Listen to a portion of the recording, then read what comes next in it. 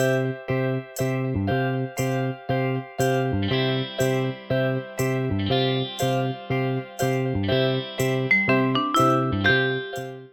to Daps Magic, the podcast. I'm Mr. Daps, and since 2004, Daps Magic has been a place for people to celebrate Disney and positive stuff. We've been having a blast doing that. We love Disney, we love people, and we love making new friends in the realm of Disney and positive stuff. That's what this podcast is all about. We have conversations that we hope will lead to deeper conversations with you, our friend and listener. We'd love to continue the conversation on social media, our Patreon, or even our Facebook group. We recognize that these conversations are so much more fun when they're had with friends. We hope you'll join them. We also hope that you will take a moment to leave us a positive review wherever you happen to be listening to Daps Magic, the podcast.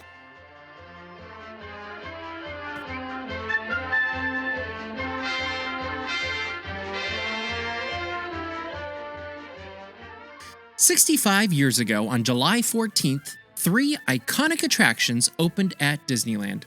The Matterhorn, the Monorail, and the Submarines all made their debut at the happiest place on Earth. The opening ceremony for the Monorail was even attended by then Vice President Richard Nixon. With their arrival came not only things to look at, but also new ways to look at the park. It also added kinetic energy to the central and east side of Disneyland. It all had to have been a very exciting time to visit Disneyland. These 3 new attractions were all about the future. The Matterhorn was the first roller coaster of its kind, and the Submarines and the Monorail both teased the possibilities of what could be. 5 years ago, I was invited by Disneyland to arrive at the park early in the morning before it opened on the 60th anniversary of these 3 attractions. We arrived as the sun was rising, and not only got to experience these attractions, but also hear from Disney Archivist Matt Moryc about the history of these attractions. Listen as I take you back with me to this very special media event, and you get to hear what I heard and I experienced on July 14th, 2019.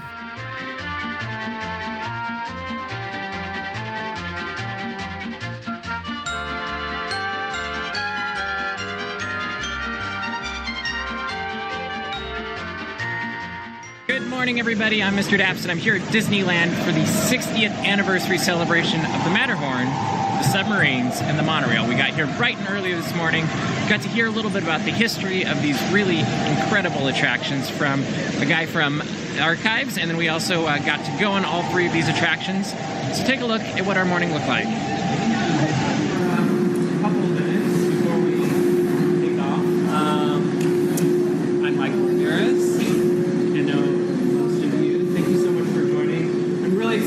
Obviously, it's the 60th anniversary of these 3 super special attractions. And I thought what would be fun, and I invited one of my friends from the Walt Disney Archives. His name is Matt Moryc. Sorry. He's an archivist.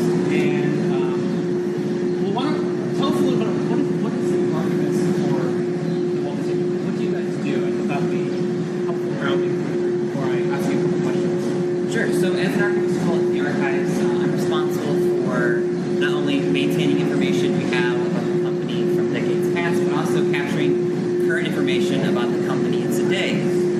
So we go out there and we try to find things that we think are going to be important to the company's history, not only from yesteryear, but also to the future of the company. In my particular role, we also do a lot of research.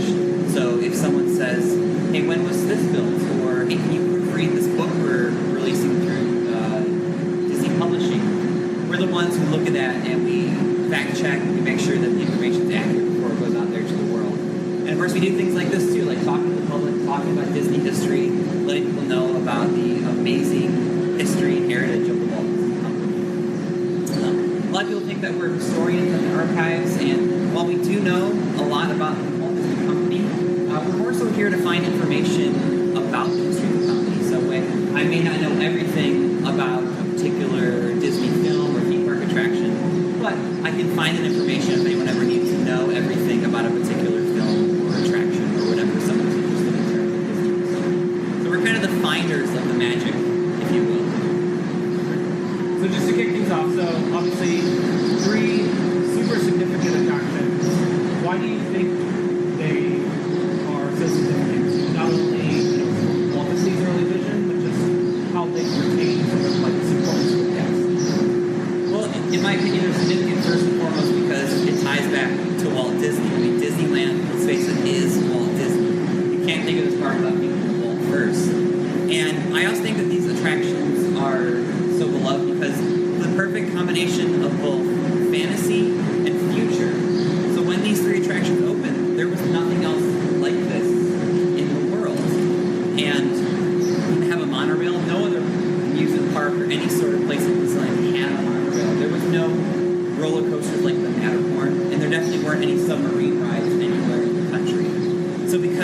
unique. I think that's why they still endure to this day. And just the fact that all three of these attractions open together, I mean, three e-ticket attractions, not only opening in the same park, but opening in the same vicinity, crisscrossing each other. I mean, that's, today, we do a lot of expansions like Star Wars Land, huge, big productions. But back then, when you have these attractions opening, these complex attractions together, it was really something special. And I think because of that, today, they're still fondly remembered by fans like myself and you guys too. I open up to you guys if you have any questions for Matt. He'll be with us on the Monorail ride, so feel free to ask him whatever you like. Easier for us. Is there anything else you wanted to? Yeah. So one thing I want to mention about today. So 60 years ago, not only did these three attractions open, but it was also filming for ABC television for the Gala Day at Disneyland. Or back then, as you know, it was Kodak Presents Disneyland 59. So on this day, there's that famous TV special where they had the parade down Main Street. It was hosted by Walt Disney and Art Linkletter. And this expansion was known as the second grand opening of Disneyland. This was the first major expansion.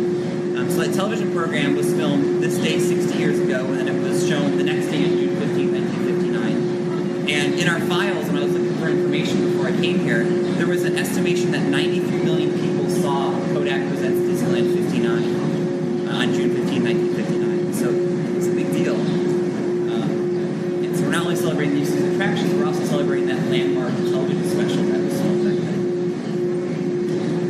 But if you guys have any questions along the way, I did a lot of research before I came, so my head is filled with a lot of information about these three attractions. So I'm happy to talk about anything you guys have questions about, or if you have questions about the archives in general, I'm absolutely happy to talk about that as well. Can you talk about the stages of how the monorail opened? Because I know this station wasn't here in 59. Sure, yeah. So he's asking about the different kind of phases of the monorail's evolutions over the years. So in 59, you had the monorail station above the Submarine Voyage. That was the one and only station. And the monorail just went around Tomorrowland and part of Fantasyland. And then in 1961, you had the monorail expanded over to the Disneyland Hotel, where a second station was built. And when the monorail was expanded, that was the first time that a monorail had ever gone across a major road, or at least gone alongside a major road. And then also in 61, you had the Mark II monorail debut. So in 59, you had the first version of the monorail. In 61, you had the second version of the monorail debuting. And then in 1969, the Mark III monorail debuts. In 86, you don't have Mark IV, because Mark IV debuts at Walt Disney World in 71. So at Disneyland, in 86, you have the Mark V monorail debuting. And then in 2001, you had this station built here at downtown Disney. And the monorail station that was built at the Disney Hotel was demolished, so this one could be the new second platform for the monorail. Then in 2008, you have the Mark VII monorail, which you see behind me, that debuted, and that is our current fleet of monorail. But any other questions or any follow-up to the monorail? What about the different kind of evolution of the Matterhorn? Matterhorn. So, as you guys probably know, the Matterhorn was Disneyland's first thrill ride. And when it debuted, it was unique for a couple of reasons. First, it had the first use of tubular steel for the roller coaster track. And that was unique because that allowed the vehicles to twist and turn unlike any other roller coaster that had been ever produced to that point. You also had multiple vehicles on the track at one time. At that point, roller coasters didn't do that. You usually had one car on the track at all times. The monorail not only had two tracks, but had multiple cars going at one time. And then the Skyway also went through the Matterhorn, and it was advertised as going through these glaciers and seeing these alpine passes, but really it was just, you were looking at the track as you went through the Matterhorn. It really wasn't quite as grand as it was described. But then in 1978, the Matterhorn underwent a major refurbishment. So at the time, it was being promoted as what's gotten into the Matterhorn, and that's when they added the abominable snowman. And that's also when they improved the Matterhorn. So they also added tandem bobsleds. So instead of just one sled, you had two sleds that increased the capacity for the Matterhorn. You had enhanced show scenes. So the lift was completely enclosed. You had snowflake projections as you went up the lift. And those before, so it looked like those alpine passes, those icicle caverns.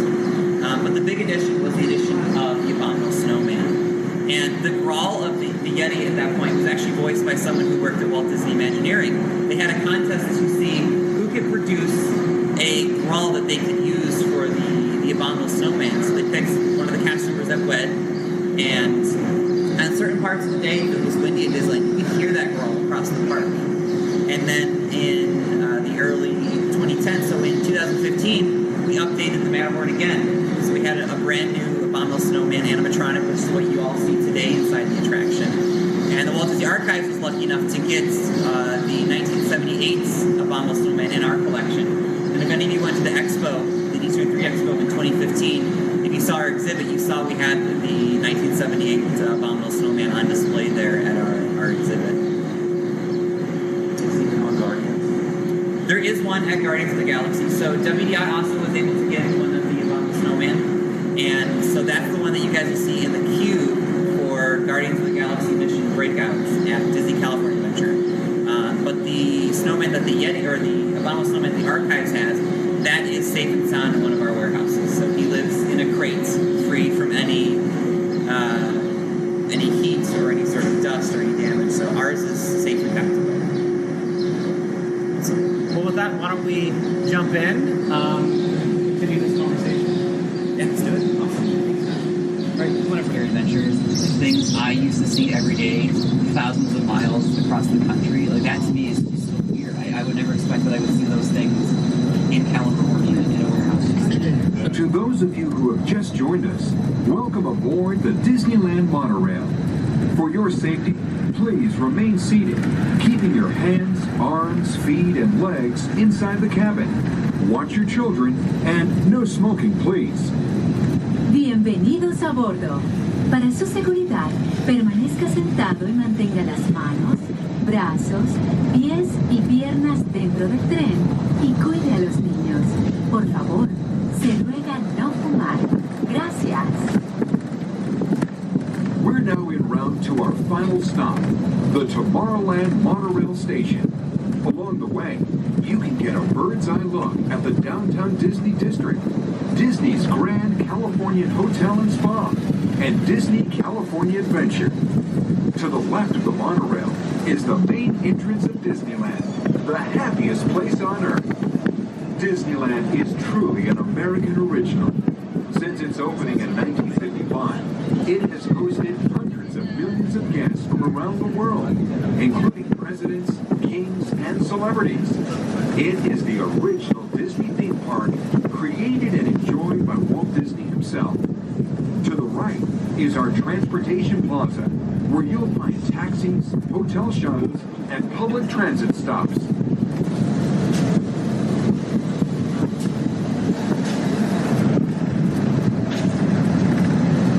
We're about to enter Disneyland. Some of the clearances are pretty tight up ahead, so be sure to remain seated, keeping your hands and arms inside the cabin.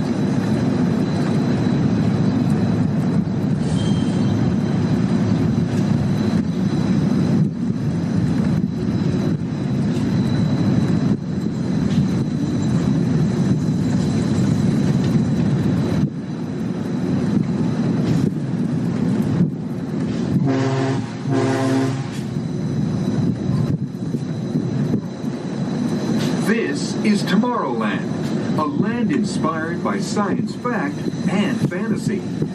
Below us is the Submarine Lagoon, where you can dive into a fantastic underwater adventure aboard the Finding Nemo Submarine Voyage. Across the way are the icy peaks of Matterhorn Mountain, home of the world's most famous bobsled run.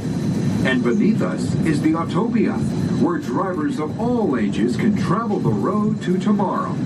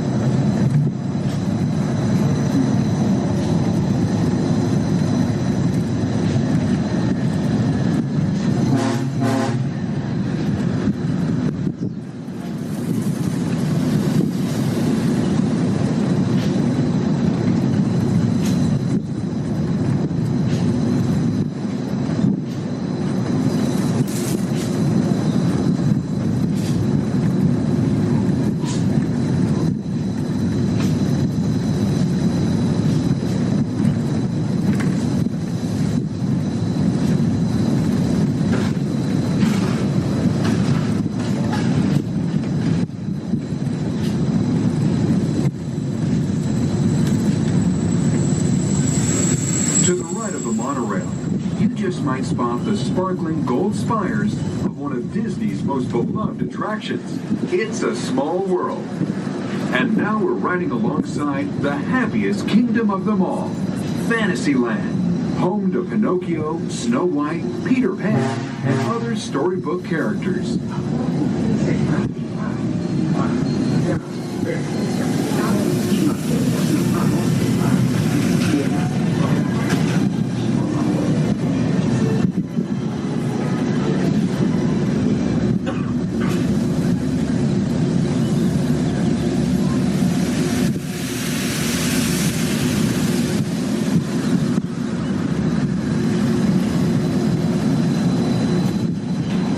Approaching the Tomorrowland Monorail Station, our final destination. Please remain seated until the monorail comes to a complete stop. Then collect your belongings, watch your head, and step carefully from the train. On behalf of all of our crew, thanks for traveling with us. And we hope you'll have a happy and memorable visit here at Disneyland. This is the Tomorrowland Monorail Station.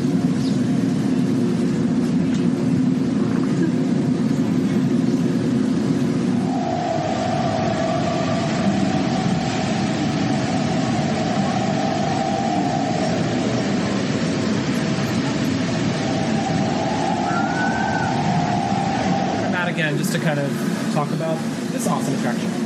Yeah, so the Submarine Voyage, so to tie it back to Walt, depending on the source you go to, the submarine ride was developed in either one of two ways. It was developed because Dick Irvine, who was the head of WED Enterprise at the time, suggested a glass-bottom boat ride to Walt, and Walt said, well, why don't we just make a submarine ride? If you go by what Disney legend Bob Gurr says, he said that someone made an offhand comment one day that Disneyland has everything, but it doesn't have submarines. So he said that someone said that to Walt, and he said, well, we're going to make submarines. So whichever source you go to, it always ties back to Walt Disney. He wanted to have a submarine ride here at Disneyland. Now, what was great about the original Submarine Voyage is that it was based on reality. So it was based on the actual submarine, the USS Nautilus, which of course was based on 20,000 BC. But the USS Nautilus was the first nuclear-powered submarine in the world. It was also the first submarine to complete a submerged voyage underneath the North Pole. So this attraction was inspired by that. And when the attraction opened, they actually had the Nautilus submarine, and the other submarines were named after the rest of the nuclear-powered submarines that the United States had at that time. This attraction was unique when it opened because, as I said earlier, there weren't submarine rides at other amusement parks. This really was the first of its kind. And it was based in reality. Even though there was a lot of fantasy involved, it was based on what was going on at that point in the history of the United States. And also what was unique about this attraction was that it had a lot of things that guests remember fondly. So, of course, you had the mermaids that people talk about so often when they think about this attraction. Of course, they introduced special effects underwater, which Disney had never accomplished before. And a lot of those underwater effects were tested at the Disney studio lot. They actually dug a hole in the ground and filled it with water and then made a mock-up of the insides of the submarines so the special effects artists could sit there in the mock-ups and see all the effects underwater before they installed them here at the park. And then when this attraction first opened, it was sponsored by General Dynamics Corporation, which helped develop the attraction. And then when this attraction opened in 1959, they actually brought out Charles Kirkpatrick, who was the admiral of the U.S. Navy at that time, and he helped dedicate this attraction. And then you guys have probably seen the video of this attraction being christened with the woman breaking the champagne bottle over the ship, almost falling into the water herself. And that was actually a wife of one of the crew members of the USS Nautilus. He came in here with his family, and they had his wife do the opening ceremonies for the attraction. But do you guys have any questions about the original version or the development of the submarine ride? Now, one thing I thought was interesting, so when I was doing research for this attraction, I saw a quote by Joe Fowler, Disney legend Joe Fowler, who was in charge of all construction of Disneyland at the time. And he was saying that they considered bringing in the U.S. Navy to help develop this attraction. And Joe Fowler, being a retired U.S. Admiral of the U.S. Navy, he said, oh, if you do that, it's just going to be involved in a bunch of red tape. We're never going to get anything done. So they didn't use the U.S. Navy when they did this attraction. They asked for advice, but they didn't actually bring them in as consultants because they knew things wouldn't get done. And what was great about this point in the history of Disneyland is that when they wanted to do things, they just did them. Things got done so quickly. Bob Gurr has said that they didn't have project managers, they didn't have project coordinators. They just did things. Walt would come in and say, yeah, let's do that. And they would do it. And what's interesting about this attraction and the rest of the 59 Disneyland attractions is that they were done in just a couple months. Development of these attractions started late in 1958 and it opened by June of 59. Today, things move at a little bit slower pace, but back then to have 3 e-tickets built in just a couple months and open to guests, that's amazing. But any additional thoughts or questions about the original submarine attraction? Can you talk about how this attraction inspired other similar attractions at other Disney parks and the transition to the Finding Nemo version? Sure, so he's asking how this attraction inspired other Disney parks attractions that were like the Submarine Voyage. So the next attraction you had like this was 20,000 Leagues Under the Sea, which opened at Walt Disney World in 1971. Very similar to this attraction, except that one was a lot more fantasy-based. It was, of course, based on the 1954 live-action film 20,000 Leagues Under the Sea. And where this one was more based on kind of research and kind of the real world, the 71 20,000 Leagues version of Walt Disney World, like I said, was more so just purely fantasy. And then this attraction pretty much stayed the same up until 1998. There were some cosmetic changes to the subs over the years. But up until 1998, the original version of the attraction pretty much remained intact. And then, of course, the Submarine Lagoon just kind of sat here for a couple years. And for many years, it was said, oh, this area is going to be redeveloped. We're going to do something new. We're imagining something new and grand. And then in 2007, the Finding Nemo Submarine Voyage reopened, which, of course, what we have here today, based on the 2003 Disney Pixar film, Finding Nemo. But if you guys go to the international parks, there's also a lot of other tributes to submarine-based attractions. So Tokyo Disney Sea, the area around the mysterious island, you actually have a 20,000 Leagues Under the Sea attraction in which you are going underwater. But for that attraction, there's no actual water. But the way that the attraction is laid out, it feels and looks like you're actually traveling underwater. And you also have the Aquatopia at Tokyo Disney Sea, which you don't go under the water, but you're traveling above the water in a seemingly random pattern. And then Disneyland Paris, in their version of Tomorrowland, Discovery Land, you have a 20,000 Leagues Under the Sea Nautilus that is there. You actually go inside there. I think that's it. Am I not including any other submarine-based attractions? That makes sense. But this one really is the most unique out of the rest of the submarine attractions. Of course, we don't have 20,000 Leagues Under the Sea anymore at Walt Disney World. It's now the Little Mermaid attraction. But any other thoughts or question about the development of this attraction? Did you have any information about when they reopened the attraction, some of the ways to make the effects more like durable underwater? Like they use the glass-based paints. I don't know if you have any information on that. Yes, and he's asking if I know a lot about when they added effects in the attractions or how they updated it over the years. And you had mentioned the glass-based paints. So when this attraction was first installed, there was a lot of trouble maintaining the integrity of the paint because of the filtration system and the way the water was. The effects would fade, at least the paint would fade over time. And at one point, they discovered that if they used recycled glass as a base for their paints, that color would stay around a lot longer than if they had been using the paints they were using originally for the attraction. And that's about as much as I know in terms of how they updated the effects. That's a great question for someone from WDI, which of course we don't have here today. But we have information like that in the archives, but I just unfortunately don't know a lot about the technical side of the attractions. That is a great question. So with that, I'd say we ride. Yeah, let's do it. It's good. All ahead, 1/3. All ahead, 1/3. Stand by to dive. Diving stations. Pressure in the boat. Pressing readings are normal. Flood the main ballast tanks. Flooding main tanks. Bending into Let's take her down. Dive. Dive. Take her down easy. Trimming bow diving planes. 3 degrees down. Catch her in 10 fathoms. Steer 30 degrees. Right rudder, 30 degrees. All ahead full. Steady as she goes. captain speaking. Now that we're underway, I'd like to welcome you aboard. As the conditions of our voyage may be unpredictable, please remain seated at all times. As we leave the coast behind and head towards open water, you'll notice that this is a popular spot for divers searching for exotic fish.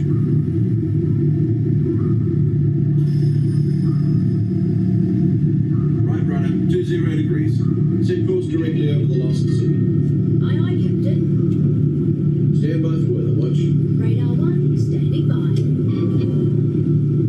Our destination today is quite extraordinary. A newly erupting deep water volcano.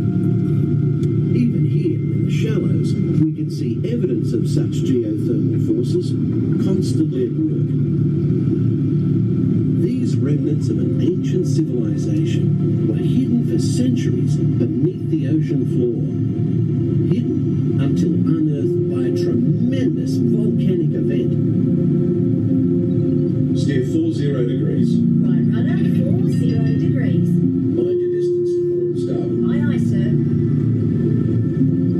As we leave this long-lost community behind, we're about to enter a community of a different kind, the coral reef.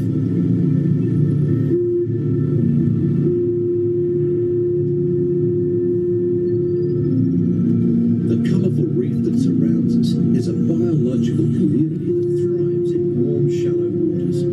It usually takes more than a year for a coral to grow only 1 inch. An amazing fact when you consider that Australia's Great Barrier Reef stretches over 2,000 kilometres.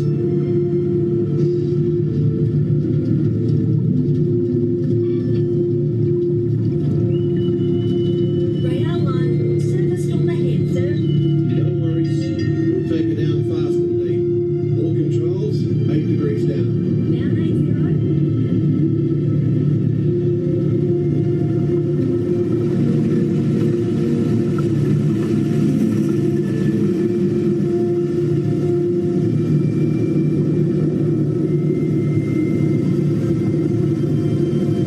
We're approaching targeted depth, sir. Level of 180 fathoms. 80 fathoms. Set course to 70 degrees true. Steady as she goes. Aye, sir.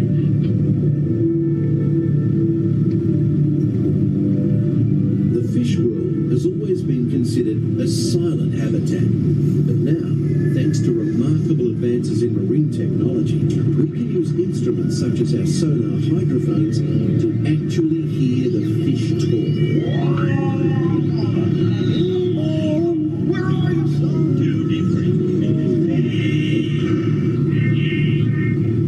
Come aboard, explorers! Oh, let's go explore, explore, explore. Let's go explore the big blue world! Mr. Ray, we can't explore without Nemo. I'm sure we'll see him any minute now. Nemo! Oh, science is great, there's so much to know. Climb aboard, explorers, it's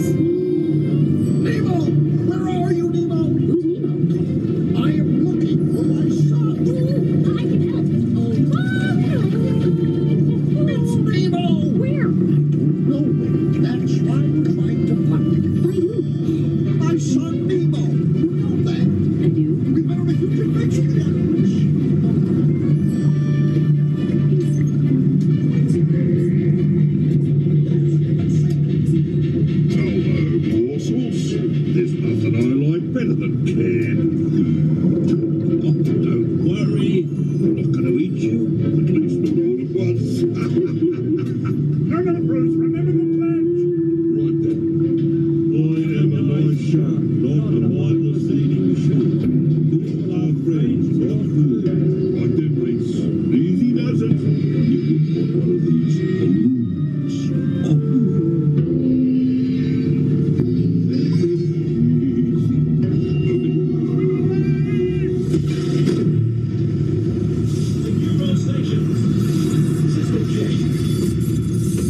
Steady, sir.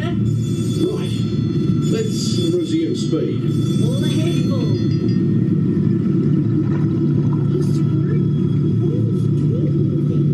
I don't know. Race you there. Okay, go.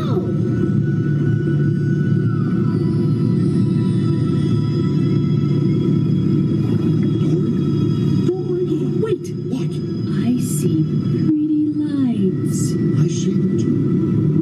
Reach for the light. It's getting closer. Closer.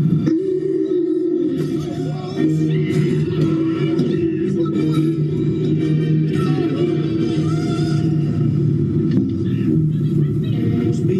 How do I know it's you? It could be anybody. It's not anything. It's me. Do I know you? Dory. Talk about a small world. My name's Dory, too. Oh, what's that? It looks like light. Oh, me first. I'm thinking of something pink and bouncy that looks like a balloon. Jellyfish. Right. Okay, now I'm thinking of something pink, kind of balloonish. Doing. That's jellyfish. Good. Doing. And I'm thinking. Jellyfish. And the next one, jellyfish. Mr. Smarty Pants. Going. Stop playing games. Come on. I love parties.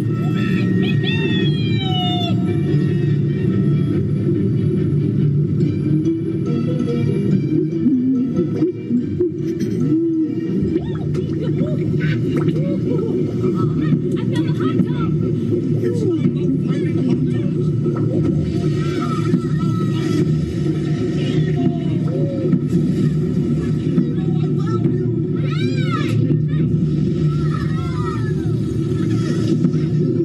I was so worried.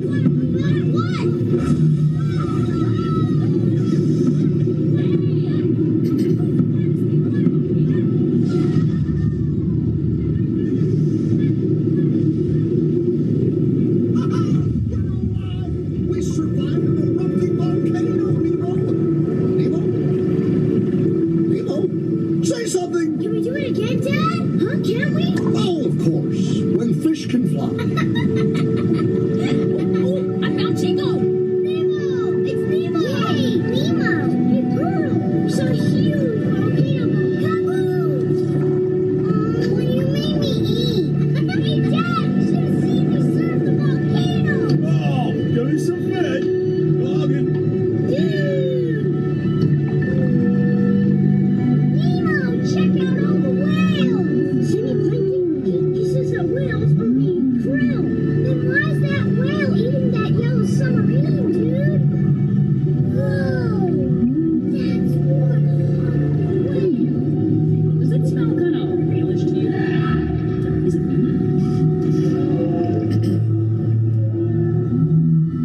That's funny. Sounded like nice.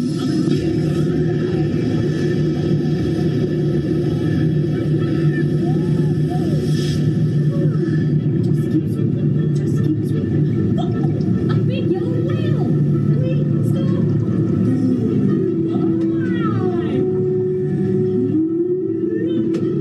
Just keep swimming, swimming, swimming. Swimming, swimming, swimming. Crikey. Science at any of this in the love. No, mate, forget it. Nobody would believe it anyway. We better take her up before we have a run-in with a sea serpent or a camp with a mermaid. We are servicing and approaching our home port. We've enjoyed having you aboard on this adventurous voyage. Thanks for joining us and have a top day.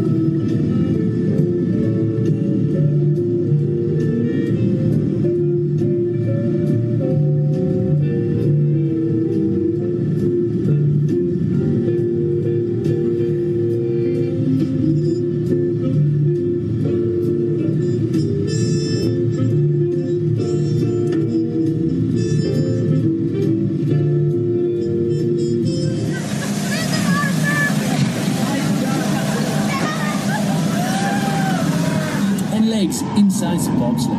And please, watch your kids. Thank you. Para su seguridad, permanezca sentado con el cinturón de seguridad.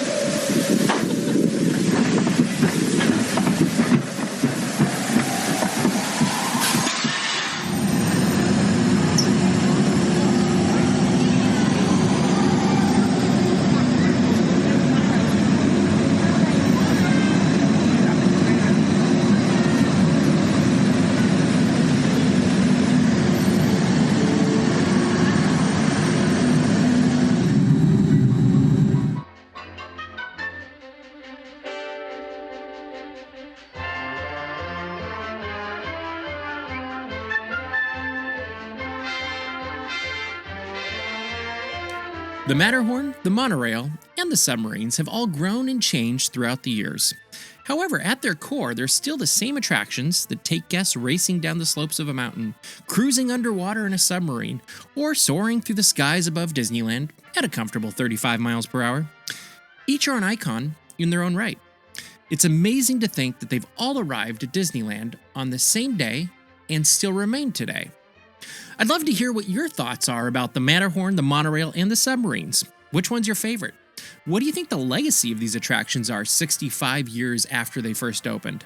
Let me know your thoughts in our Facebook group or on Patreon as we celebrate these 3 attractions.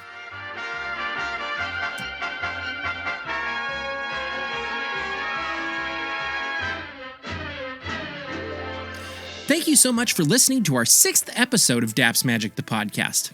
I hope you're enjoying these as much as I am. As we move forward, I'd love to hear what you'd like to hear from this podcast. Please feel free to reach out to me and share your ideas of what you'd like to hear in the future on this podcast. I'm big on collaboration and would love to hear what you think would be fun, and then we'll try to make it happen. Speaking of fun, the Chalk Walk is happening at the Disneyland Resort on July 21st, 2024, and we'd love to have you walk with us on Team Daps Magic. We've been doing this for many years, and it's always a lot of fun as we come together, walk through the park, and make a difference. I hope you can join us. If you'd like to join us or just support us, simply visit chalkwalk.org/dapsmagic. Thank you in advance for your support.